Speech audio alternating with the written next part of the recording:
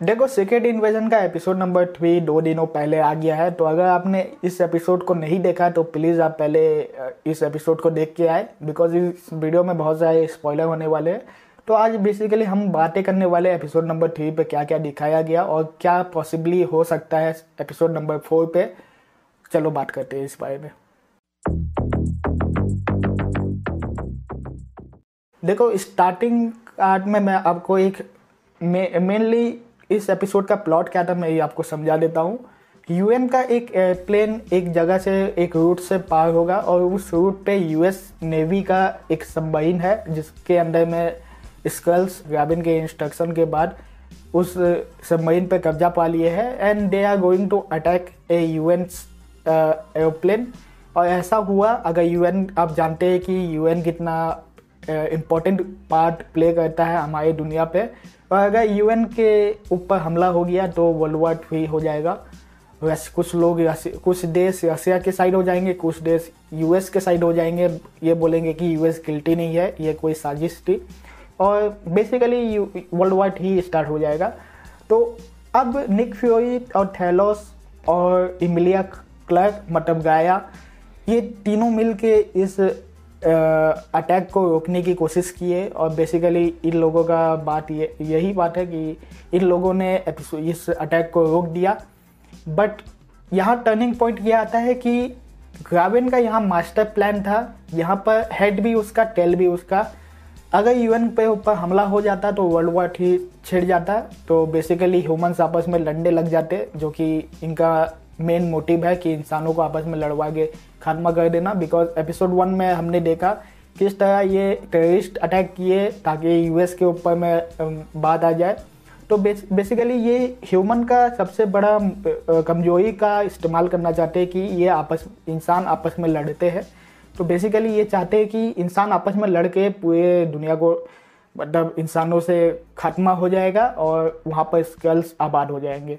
यहाँ पर भी वही चीज़ होता है, यहाँ पर भी ये लोग यही कोशिश करते हैं कि वर्ल्ड वॉर 3 छिड़ जाए, इसको रोक दिया जाता है। यहाँ पर हेड भी उसका है, टेल भी उसका है। देखो, यहाँ पर ग्राविन को ये मालूम पड़ जाएगा कि एक जन गद्दार है जिसके वजह से यूएन के ऊपर हमला नहीं हो पाया, एंड वो ऑब्वियसली एक ही जन हो सकती है, टेलोस की बेटी गाया, इमिलिया क्लार्क। और यहाँ पर यही होता है, ग्राविन को इंतज़ार करता है जब इमिलिया क्लार्क मतलब गाया वहाँ से भागते रहती है, तो वहाँ पर उसको शूट कर देता है। बट देखो, यहाँ पर ये चीज़ मेरे को हजम नहीं हुआ कि इमिलिया क्लार्क को लिया गया है सीक्रेट इन्वेजन पे, मतलब एमसीयू पे लिया गया है और इतने जल्दी उसको ख़त्म कर दिया जाएगा। और एपिसोड 1 में हमने देखा कि मारिया हिल को भी मार दिया गया। तो मुझे ना कहीं ऐसा फील होता है कि ये कैरेक्टर्स वापस आने वाले हैं। कोई भी तरीका होगा, जैसे मार्क स्पेक्टर एक अंडरवर्ल्ड के बाद भी वापस आ जाता है, तो यहाँ पर भी शायद कुछ ऐसा फंडा होगा, या भी हो सकता है कि मारिया हिल का जगह एक स्कल ले लेगा और इमिलिया क्लार्क का जो ओरिजिनल ह्यूमन वर्जन है, मतलब एक ह्यूमन फॉर्म भी तो होना चाहिए, वरना स्कल्स किसका रूप लिया, तो she will come to play.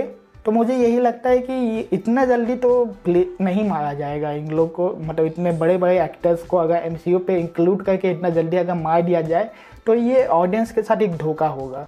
अब देखो, इसमें ना नेक्स्ट एपिसोड के भी स्पॉइलर होने वाले हैं, तो प्लीज़ अगर आपको अभी से स्पॉइलर नहीं चाहिए तो इस वीडियो पे आगे ना बढ़े, यहाँ से आप वापस जा सकते हैं।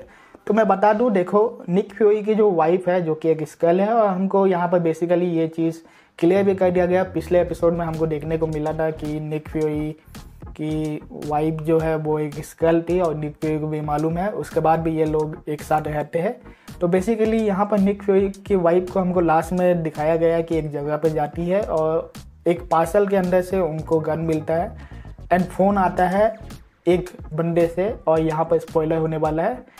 अगर आपने थोड़ा भी ध्यान दिया होगा तो आपको ये चीज़ समझ में आ गया होगा कि फ़ोन पे कोई और बंदा नहीं था बल्कि अपना रूडी था, जो कि ग्राविन के तरफ से बात कर रहा था। तो बेसिकली आप देखो, कुछ लोगों को लगेगा कि रूडी जो है वो एक स्कल है, देयर इज ए चांसेस कि वो इंडीड एक स्क्वेल है, या भी हो सकता है कि वो फ़ोन पे कुछ और बात हो रहा था एंड यहाँ पर रोडी का प्लान कुछ और है, ये भी हो सकता है। होपफुली ऐसा ही हो, बिकॉज अगर रोडी भी यहाँ स्केल निकला तो अपना रूडी कहाँ है।